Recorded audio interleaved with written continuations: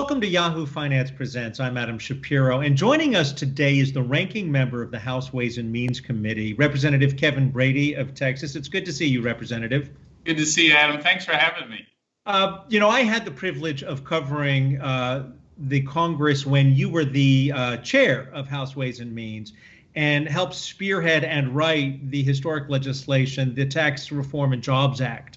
2017, that became the law in 2018. I wanted to start there because the current administration is talking about raising the corporate tax rate, and the tax cuts that many of us as individuals received will expire. I think it's starting in 2025. So what can you, because you've announced your retirement at the end of this Congress, what can you do to make sure that those personal tax cuts become permanent and to keep the corporate tax rate from going up, or should it go up? Yes, so right now, obviously, the country's benefited greatly from having the most competitive economy in the world, thanks to the Tax Cuts and Jobs Act heading in the pandemic. We beat all expectations coming out of it, but we still have a ways to go, especially when it comes to jobs. And so, I think it's a major economic blunder to raise taxes on job creators as we're urging them to hire more Americans and do it in a way that it both hurts working families and drives U.S. jobs overseas. I think the answer is the opposite. Make the Tax Cuts and Jobs Act permanent so families and small businesses can count on that tax relief. That will create another 1.5 million jobs here in America. But also make sure we don't heap new taxes on working families, on local businesses, on our investment infrastructure, on our energy, all of which the Biden administration has either proposed or tell us they'll send to us. So, look, I think we need to be smart how we get people back to work. I worry that some of these policies actually undermine or sabotage our jobs recovery. In fact, I know that you're going to be having a press conference later today as we're speaking on this very issue, but two parts of what you just said. Critics would say the Biden administration only intends to raise taxes potentially on individuals, high net worth individuals, as well as high income individuals, 400,000 or more. And also they say, and they would cite, I think it's CBO, that says that the actual Tax Cut and Jobs Act did not pay for itself as was promised. How would you respond to them? Well, I would tell you we had the two highest revenue years in American history after tax reform kicked in.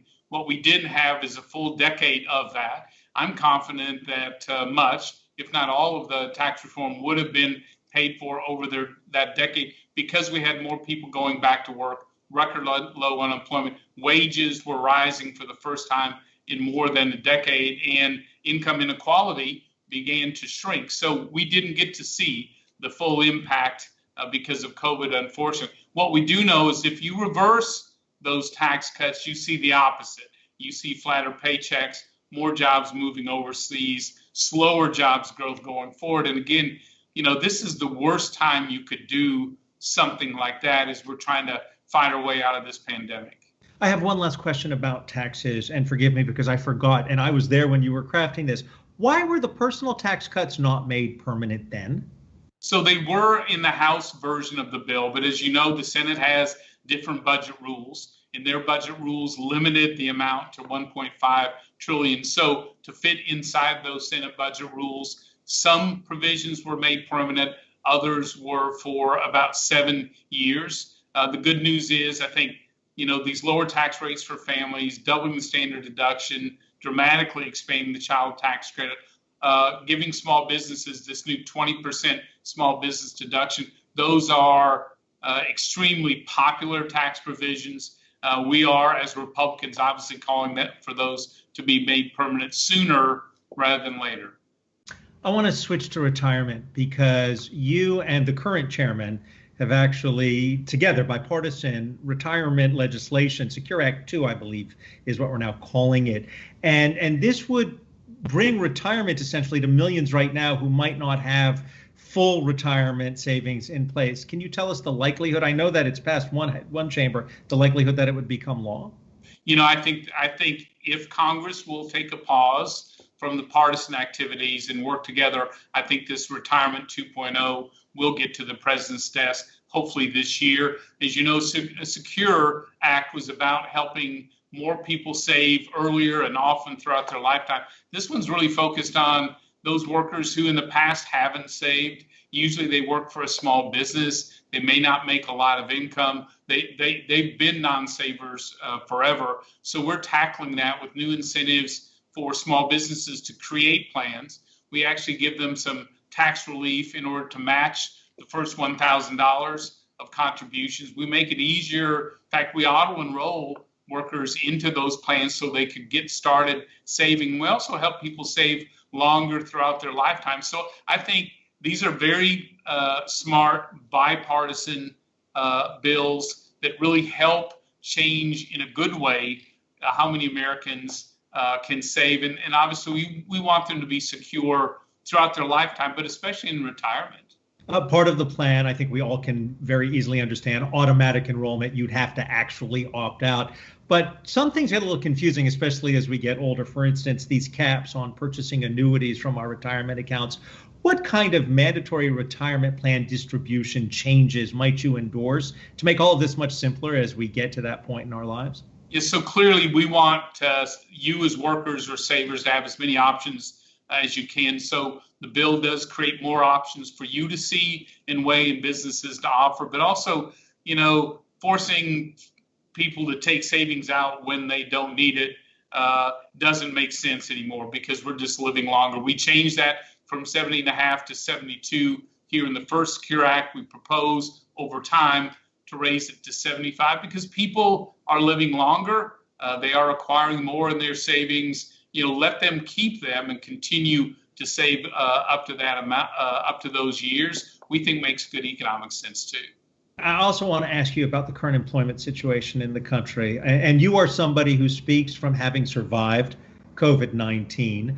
The stimulus that originally was passed in the Trump administration and then further stimulus during the Biden administration has helped millions of people. But you said recently that our local job creators should not have to compete with the federal government for workers. There is a labor shortage now. Do you think that the stimulus and the good intentions of the American taxpayer have created that job shortage? I think the way the federal unemployment bonus laid on top of the regular state unemployment benefits have ended up creating a barrier to get people back to work, to reconnecting them back with either their old employer or a new one. They're so generous in America today. 4 out of 10 Americans are being paid more to stay home than to go back to work. It's really creating a lot of problems on Main Street in America, certainly among our manufacturers as well. And when, in Texas, that average amount is $16 an hour. So every business under there is really struggling to get people back to work. And in some states, even with offering higher pay, they can't get people back as well. So I was pleased to see 22 states have decided to end the federal bonus part of that. Some of them have created return to work bonuses, which I introduced here in Congress last year. So I think the more we can do to reconnect workers to their jobs or to new jobs, one, is good for the economy, clearly, but it's also good for those families. But there was a study in 2013 which talked about small businesses, for instance, not being able to find enough employees. There was a labor shortage then. What's different now than then? Because certainly the federal government wasn't offering such generous bonuses or stimulus.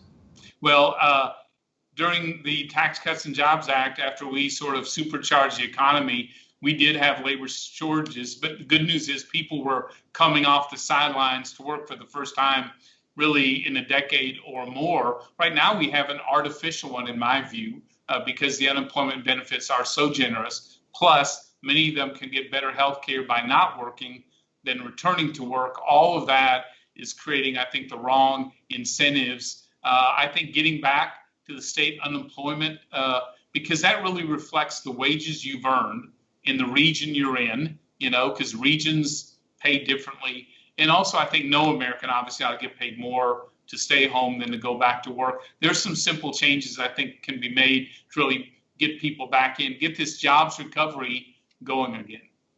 You announced your retirement at the end of this session. So I wanted to ask you about a headline that's actually breaking today, which is that the minority leader in the House, Representative McCarthy, has decided not to endorse the bipartisan agreement to form a January 6th commission. And it was on January 7th, you retweeted the House Republicans when you said, "We are grateful for the Capitol Police yesterday, today, and every day. Their heroism was on full display as they protected the Capitol against mob violence." What would you say to the leader if you agree with his decision or disagree? Because here you have House Republicans talking about mob violence, but now it appears as if they don't want to go forward with investigating what happened.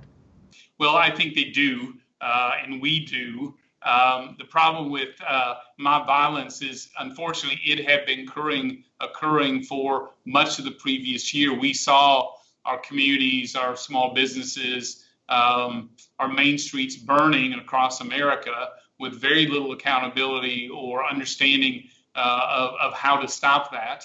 We're still seeing spikes in violence across cities. And I think Congressman John Katko, who negotiated this for House Republicans, really, I think, did a fine job and has made this far more of a bipartisan approach where it's just not one party going rogue. I think the concern the leader has raised is this addressing all the political violence this country has seen in the past year in solutions to preventing it in preparing for the next one. I haven't made a decision yet. I'm still reviewing the commission makeup, what they're supposed to do, how they're going to go about doing it. But I think clearly Congressman Katko has done a terrific job moving it more to a bipartisan approach. That's the only way it'll work. Should we equate what happened in places like Portland and in other cities with an attack on the U.S. Capitol in which they tried to kill the Vice President of the United States? Well, I will tell you, we saw drive-by shootings. We saw thousands of law enforcement attacked. We saw innocent people killed in those lootings and violence. Certainly, we shouldn't ignore that. And if Congress is going to take a look to see how we should prepare, not just in the Capitol, but across the country, I think that should be part of the discussion. Not the only part. Certainly, I want to see, too, how well we were or not prepared for January 6th. I want real solutions, but they need to be bipartisan solutions, not one party go it alone. And last question, what are you going to miss most about service on Capitol Hill? Well, in truth, I love my job. I love the people I work with. The committee, I've had the opportunity to lead in Ways and Means Committee. So clearly that will be what I miss the most. I love these tax fights and trade issues and healthcare. They're just terrific. But after 25 years, it's time. And Kathy and I are very happy about that. But I'll tell you, I'm not leaving because I don't have faith in Congress. Just the opposite. I wish more Americans could see the middle class in Congress. These are people in both parties, who work hard, try to do the right things, work together. You don't always see them on TV or in social media, but you would have more faith in Congress if you could. And from that standpoint, I'm pretty optimistic. I haven't seen a problem yet in Congress that can't be solved, not one. The highlight of my career was covering Congress when I was on Capitol Hill, and it was an honor to do so. Kevin Brady, ranking member of the House Ways and Means Committee, thank you for joining us. Thank you. Take care.